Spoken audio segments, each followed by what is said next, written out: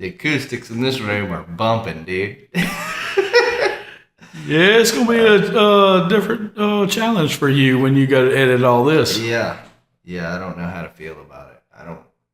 I have no clue what's about to happen. What's been going on with you? Well, let's explain what's going on. We had some technical difficulties, decided to take a hiatus for a couple weeks to work them out, and they didn't get worked out. So we thought that we wasn't going to be able to do an episode this week, but hey, we got it patched up, ready to go. So we're going to do a quick episode with y'all this week, and here's why. I'll be honest, we missed y'all. We missed getting together, missed doing this. Miss being able to talk to y'all, and that's the number 2 reason why we're doing it. The number 1 reason is because y'all missed us, and so because of that, we are men of the people and want to give you what you want. It may be a different camera angle than what you're used to, but hey, here we are, Jesus Cartel. Yeah, man, I don't know how to feel about all of this. We're in here though, and we're doing it, and so yeah, I'm happy about that. A lot has happened since we last talked. We've done 4 Best of Jesus Cartel episodes, which got really good responses. And so enjoyed getting to talk to people about that, and some people kind of getting to see, some of the blasts from the past. And it showed a lot of different things. One, kind of how things have progressed since then. Mm-hmm. Also, how much you and I have changed since then. Not so much in how we think, but just, mindsets, and my hair changed drastically between one of the videos and the next one. And but the other thing that it got to do was show the consistency of how long we've been doing this now. So that was a pretty neat situation. And well, maybe one day, 3 more years from now, we'll do that again. Yeah, I enjoyed getting to, kind of go back to the past and look at those things and think about where we were at that time and what mindsets we were in, what we're going through and everything, because you and I are good at, keeping business, handling stuff no matter what's going on outside. But on this podcast, we pretty much just talk about what's going on. Yeah. And stuff. So, I mean, the day-to-day, the dynamics, the different things that are going on in our life. And so I like it because you can watch an episode and know exactly when that was from. Yeah. Oh yeah, this is what was going on behind, and because for us, it's not all behind the scenes. We put it out there, and so we're not scared of that. So anyhow, I enjoy that. I enjoy those, but I'm gonna be honest, I've really missed this time together. I've missed walking in and the guys talking about something that's going on right now. I've enjoyed having the conversations about, Andrew's daughter is really smart. Andrew used to have hair, and Ryan Kincaid's really fat now. I've enjoyed those kind of things, but at the same time, I enjoy the up-to-date things also. Well, up to date. You went on vacation. Oh, I have a lot to talk about. You might want to go first. You went on vacation to Boston. You have one. I'll let you tell them. I love the way you refuse to acknowledge that I went to New York also. You didn't go to New York. And so every time Clay went to Boston, and hey, I get it, Somebody asked Cooper, they was like, so the Yankees weren't playing? And he goes, I don't know, I didn't check. Yeah. We went and watched the Celtics in New York. At Madison Square Garden. Yeah. Man. So yeah, we did. We went on Cooper's graduation trip. We went to Boston for a couple of days, and Elena met us there. We went to New York for a couple of days, and Annalise met us there. We had a great time. It was mostly between sports and food, which is 2 of our favorite things. Yeah. And so, in fact, tonight is the NFL draft. That's why we're in the Saints gear today, and it'll be sports and food. Cooper and Chris Pruitt and I will absolutely just sit there and eat a lot of grilled meat and talk about sports like we know more than the GMs do tonight. So we're looking forward to that tonight. Speaking of which, before you go on, people have been complaining to me about Cooper. Yeah. And I want to address it. I hear you. Cooper is in a fantasy baseball league where he is absolutely finessing and taking advantage of the other people in the league. Yeah. And it is wild to me, some of the trades he has gotten them to agree to. And the people are showing me the text message exchanges, and I'm like, why would Cooper make this trade if it didn't benefit him? Because Cooper will say things like, man, this is a much better deal for you than it is for me. I'm like, who would make that trade if that were true? Like, what are you? Yeah. So, Cooper, I don't know how you're doing it. I don't know what your strategy, whatever it is that's working, props to you for it. But you have really broken the confidence. He texted me yesterday and says, hey, or a couple of days ago, he asked me, do you know anybody by the last name of Blossom? Yeah. And I said, I do. And he said, and they go to Crockett Point? And he said, yeah. I said, two brothers, they're great guys and friends of mine. And he's like, well, how do you know them? And I told him, and everything. And so I've known them forever, but, mostly through tailgating and football and different things like that. And he goes, and their kids go to FCCS. And I said, that's right. And he says, well, I'm in that fantasy baseball league that Logan got me into. I'm in that one. And I said, oh, really? And he said, yeah. He said, I'm taking advantage of them pretty hard. Yeah. So, yeah. That's mad. I hear you. And but Cooper has played fantasy sports with adults since he was young, and always competed and did well. Never wins, but when he plays with people remotely his age, he is going to smoke them. I mean, it's just the way it is. I've tried my best to warn the boys about it. I was like, if there's any particular thing he's very well equipped to do, it's this. Right. And you need to, I said, you need to use Cooper, but you're not going to be able to take advantage of Cooper. What you need to do is figure out who he's trying to get off your team, and you just put an X by their name and make sure you don't ever get rid of them. Because they're better than you think they are. If he's trying to get them, there's a reason. So just put a little X, put you a star, and you just make sure that come hell or high water, you do not lose those players. Yeah. So we had that. There's another story I'm wanting to tell, but our time is short. That's all right. Our time is short today. So the story is that Cooper now works at WSB, and so he was working in the Mangum office. And this young lady that works there and him went out yesterday to the ATM to check the balances or whatever. And so they went to the ATM, and she makes a comment that, she's a young lady. I'm not sure her age, guessing around 30 or so. But she makes a comment that we ought to race.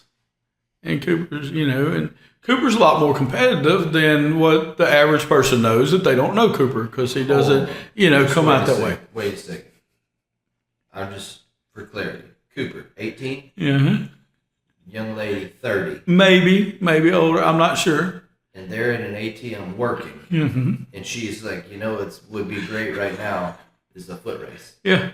That's what happened. Okay. Yeah, the story gets better. Okay. And so Cooper goes, because he is a lot more competitive than people realize, because he just smiles and does his job. But now we're competing, things are different. And you have to watch him because he's used to being around boys like, the Blossom boys and, different people like that they're all young and they talk trash. So that's what they do. And so this young lady who's his boss is like, hey, we could race. Cooper's like, yeah, if you wanted to lose, we could. Now if you don't want to lose, we could just go for a jog. Yeah. But if you want to lose, then we would race. And she kind of tries to talk herself through it, like she really thinks that she could beat him. Oh, and Cooper said, Miss So-and-so, just be honest with you, there's nobody at this bank that could beat me in a race. And she goes, no, you can't say that. You may could beat me. I don't think so, but you sure couldn't beat Chuck. And he's like, yeah, Chuck's 48. I'd smoke Chuck. She's like, well, there's no way, I don't know. Well, what about Taylor? He's like, I'd smoke Taylor. I mean, it's just no doubt. If y'all want to go jog, let's go jog. If we're going to race, I'm going to smoke y'all, And she's like, whatever, Cooper. And so they go back in the bank and they work. Well, next thing he knows, he looks and Taylor's in Chuck's office stretching.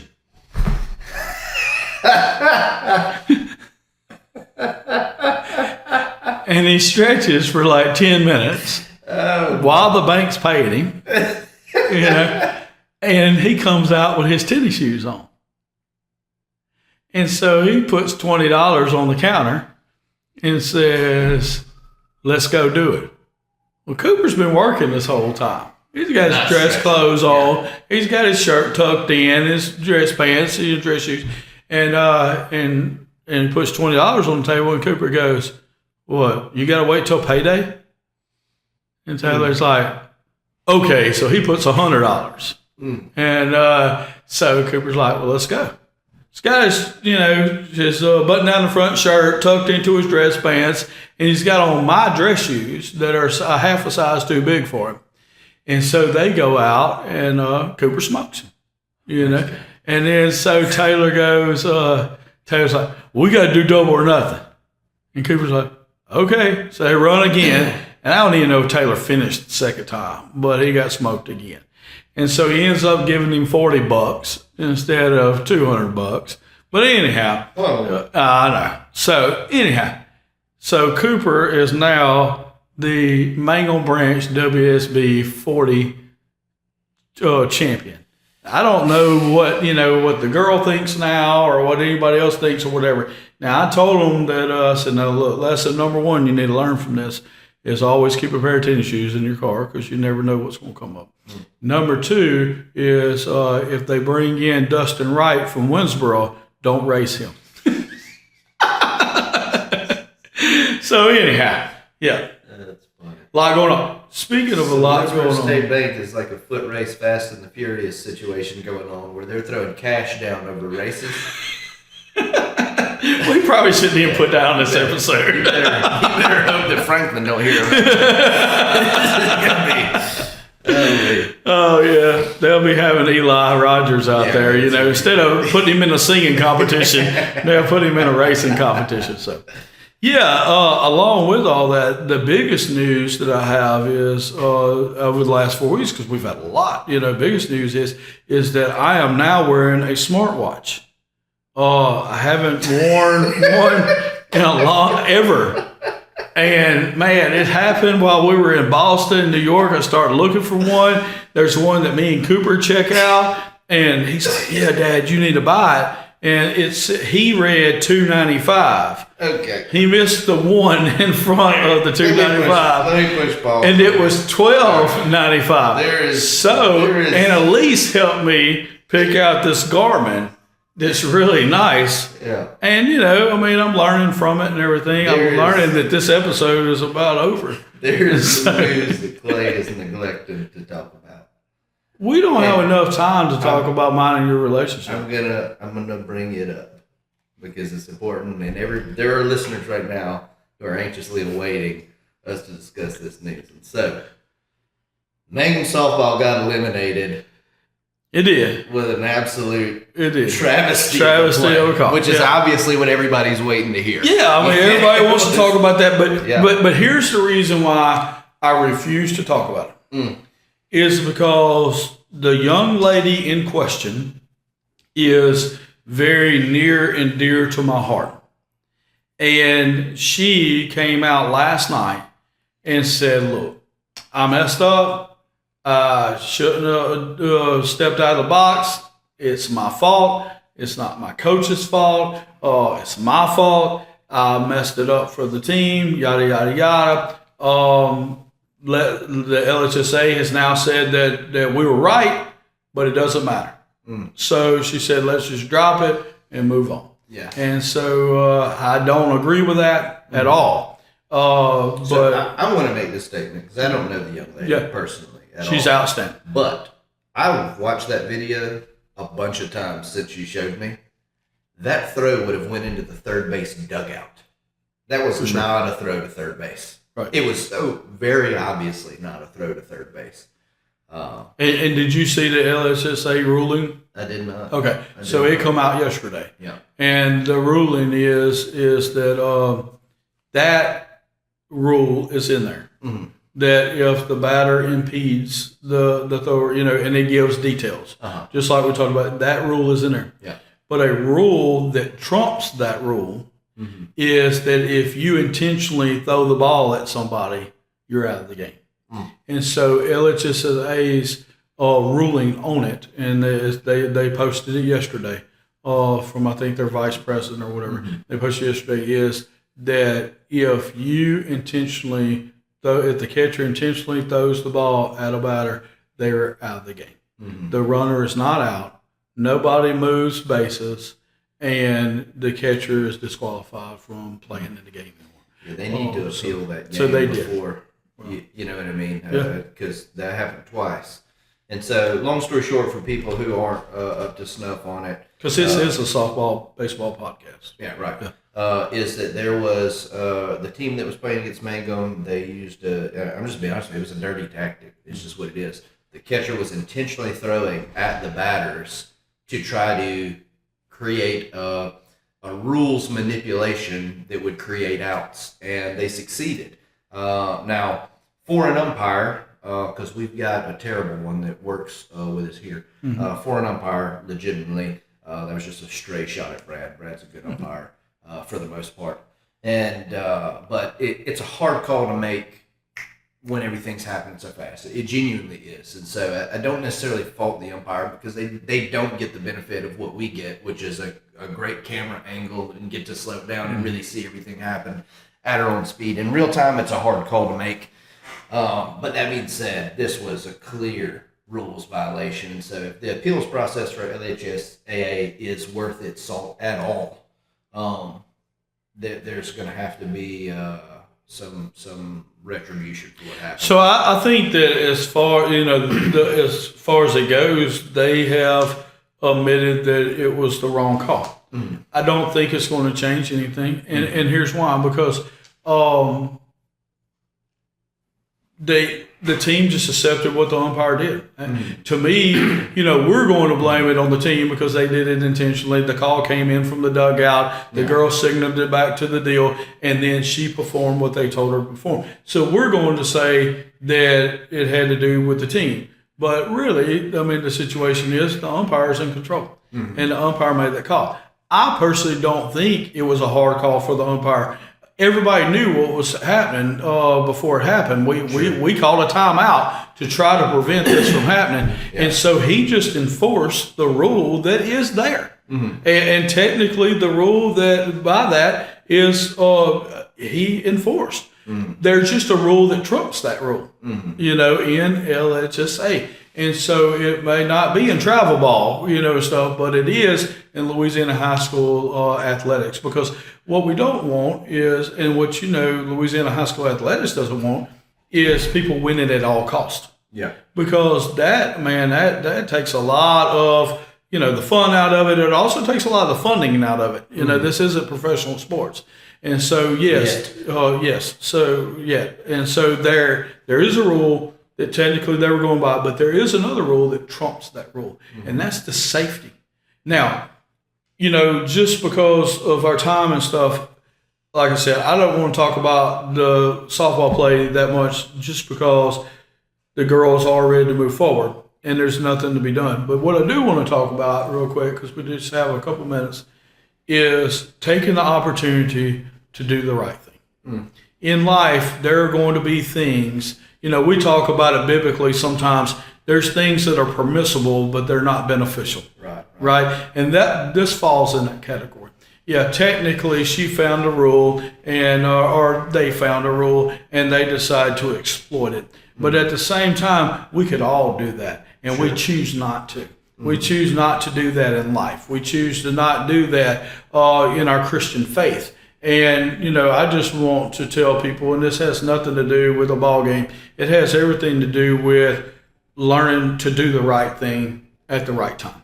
There's another situation that we dealt with in the last few weeks, whereas some boys made a mistake, and they made a bad mistake. But instead of owning their bad mistake in the moment, they doubled down in that moment. And what they thought couldn't be worse got 1,000 times worse in the next 5 minutes. consequences. Yeah. And so I just want, so I had this talk with Cooper because it involves students and stuff, and having this talk with y'all. And this is one reason I've been ready to come back. Jesus Cartel is just to let you know, no matter how bad you think the situation is, it can always be worse. Mm-hmm. It's never too late to do the next right thing. It may not make it all better. It may not make it go away. You're still maybe going to have to suffer the consequences. But it's never too late to do the next right thing, and things can always get worse. They always can. That's the reason why LHSA is making a stand on this right now. Yeah. Because, between the Pine Prairie game and there, the first one, the girl got hurt. Yeah. People start seeing this and they're like, hey, we can do this now. Mm-hmm. Well, just because there's some technicality that allows you to do something doesn't make it right. Right. So. Yeah, and the other thing is when you go about acquiring things the wrong way, you don't get to keep them. Right. It just doesn't work that way. First thing comes to mind is the Jacob and Esau thing. Jacob steals everything from Esau. Essentially, some of it was Esau's fault as well, but he spent the next however many years hiding and fleeing, you know what I mean? And so when you do things the wrong way, you got what you wanted, but you won't get to enjoy it. And so there's always a price to be paid on the back end of that. And then, more disappointing in that situation, and it's way easier to say as an adult than when I was a kid, because when you're a kid, a lot of what is taught is win at all cost. And so it can be real easy for a kid to be blinded. There were some things I remember doing when I was an athlete that was like, as an adult, I'm like, man, it's crazy that we did that. That was not something we should have done. Right. You know what I mean? And the real question is why were adults who were supervising us allowing us to do this? That's unbelievable to me. And so it's like what you're teaching those kids in that moment is it is unbelievably detrimental. It's, hey, I can't succeed the right way, and so here's an exploitation I can use to get ahead. And it's like, is that really the message that we want to drive home with our young people? Because and people say it's just a softball game. It's like there are no such thing as small moments. Mm-hmm. There's no such thing as small moments. My wife asked me, and this has been years ago, but I never forgot it. I've mentioned it on here before, actually, but it's been probably our first season we talked about it. My wife she's one of these people that's always like deep thinking, asking big question stuff. And one day we were just driving down the road, and she looks at me, and she does this all the time. She hits me these deep questions. She said, if you can download one piece of advice in everybody's mind, just overnight, they wake up tomorrow and everybody knows this. She said, what would you want everybody to know? And with no hesitation, my response was, there are no small moments. Nope. There are everything you do matters immensely. How you handle yourself in every situation matters immensely. And there's too much of a mindset in life where people are like, well, this isn't that big of a deal. Right. I can cut a corner here because this doesn't really matter. Mm-hmm. It's like, you're wrong. It matters a lot. Yeah, I heard somebody say during this ball game, they were just making a comment, somebody goes, man, she's mean on that field or something. And then an adult goes, it's okay to be mean out there, mm-hmm. as long as you're not mean out here. Sure. And, I have a different opinion of that. Like I said, with Cooper in the race yesterday, hey, he's cool, as far as just running, doing whatever. If we're going to race, he's going to be competitive. Mm-hmm. Being competitive is a good thing. And knowing when to be competitive, when not to be competitive. But we shouldn't be mean. Yeah. We shouldn't try to take advantage over every situation. It's kind of like, this is a longer deal, but it's kind of like the guy that says, there's nothing I wouldn't do for my kids. Well, I understand what you're saying, but I happen to disagree, mm-hmm. Because then we're taking things in our own hands instead of allowing God to do his plan in his hands and stuff. So I think that, the win at all costs is a little difficult. Yeah. We can talk about that. We might do an episode on that next week about winning at all costs. I think that would be good because I got a lot of comments on that. So, hey, look, I got to go to chapel, and then we got things to do. So, sorry about the time crunch, but we did want to come on here, tell you that we love you, tell you that we've been missing you. And next week we'll do a full episode, and God and computer willing, we'll do a full episode and be ready to see you.